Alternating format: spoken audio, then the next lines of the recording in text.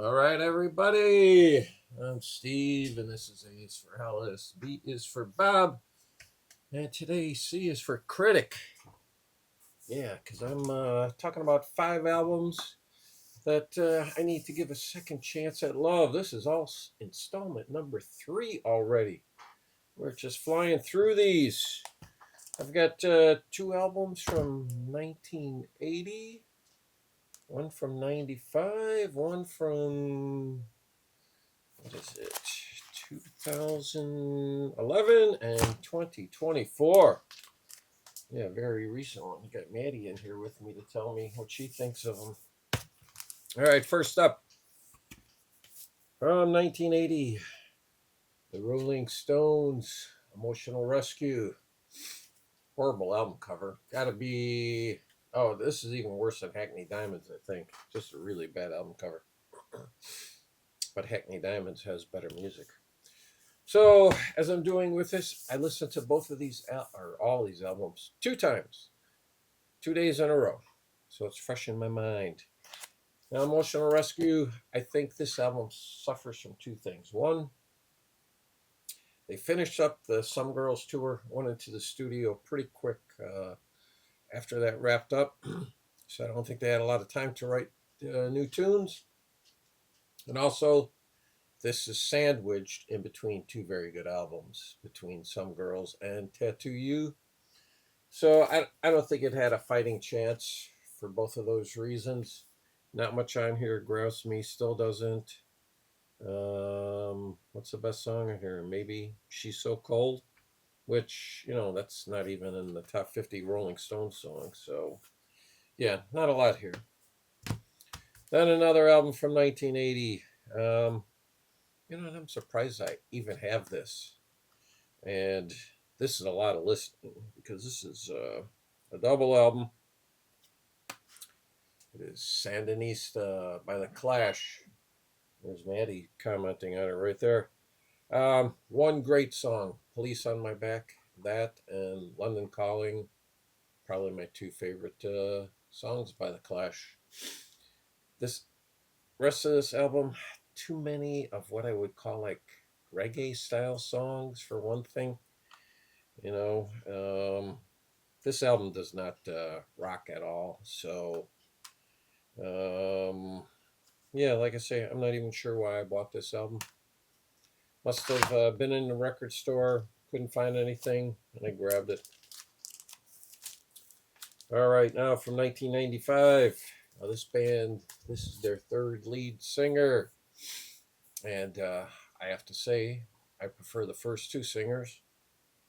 But normally you prefer the original singer. And then if they get a second good one, like Black Sabbath, I prefer Ozzy.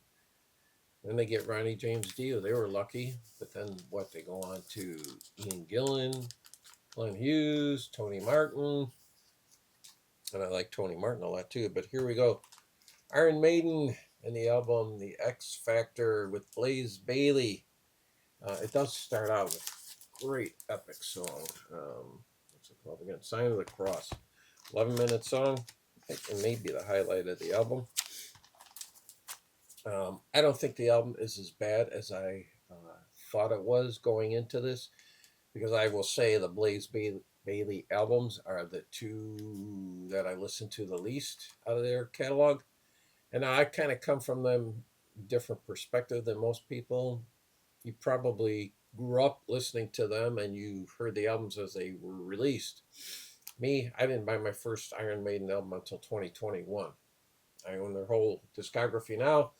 So I got their albums here, there, and I didn't listen to them in chronological order like you probably did. Will I listen to this again? Yes. Forgot to say that about the other ones, but I'll do that in the recap.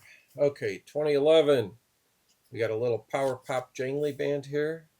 That is the Red Button and their second album, As Far As Yesterday Goes, right? Yeah, As Far As Yesterday Goes. If you like bands like the Gripweeds, that's who I would really kind of compare them to, most likely. It's a 2-man act. and but they do have other people playing on the album. I don't know what happened with them. I can't find much, but this is their last album. They did two albums, 2011. I can tell you people who would like this album because guitar's a little jangly. Sam St. John, your Americana Sam would like them. Emma at 8 Vinyl Low, she'd like them. Matthew Street, he would like them. So if you like their taste in music, you may like that album too. And then last but not least, just from last year, one of my top 10 bands of all time. They put out this pretty bad album, Blue Oyster Cult, Ghost Stories.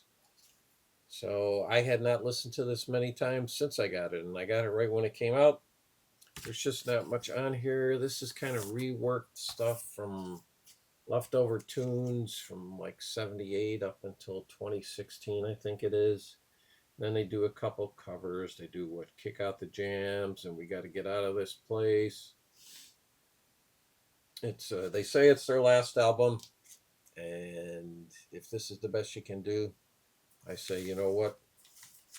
Hang up the studio work. Sadly, this is nowhere near as good as the album they had put out in 2021, which was a great return to form. The Symbol Remains, fantastic album. One of the definitely top 10 albums of their career, I would say. So what am I going to do with these?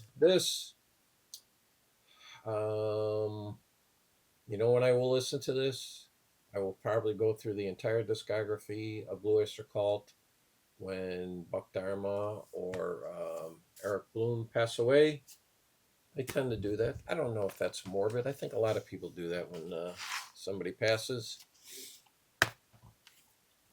Red Button, yes, definitely. I will be listening to them. I will put this on to listen to Police on My Back, and that's it. Iron Maiden, X Factor. I will definitely listen to this again. Emotional Rescue, yeah, I may, but I also may wait until Keith or Mick pass and I go through their entire discography. So there you go, another 5 down. And I don't know if I'm going to do purges with any of these. I might get rid of the Clash, but other ones I'll keep. That's it. Thank you.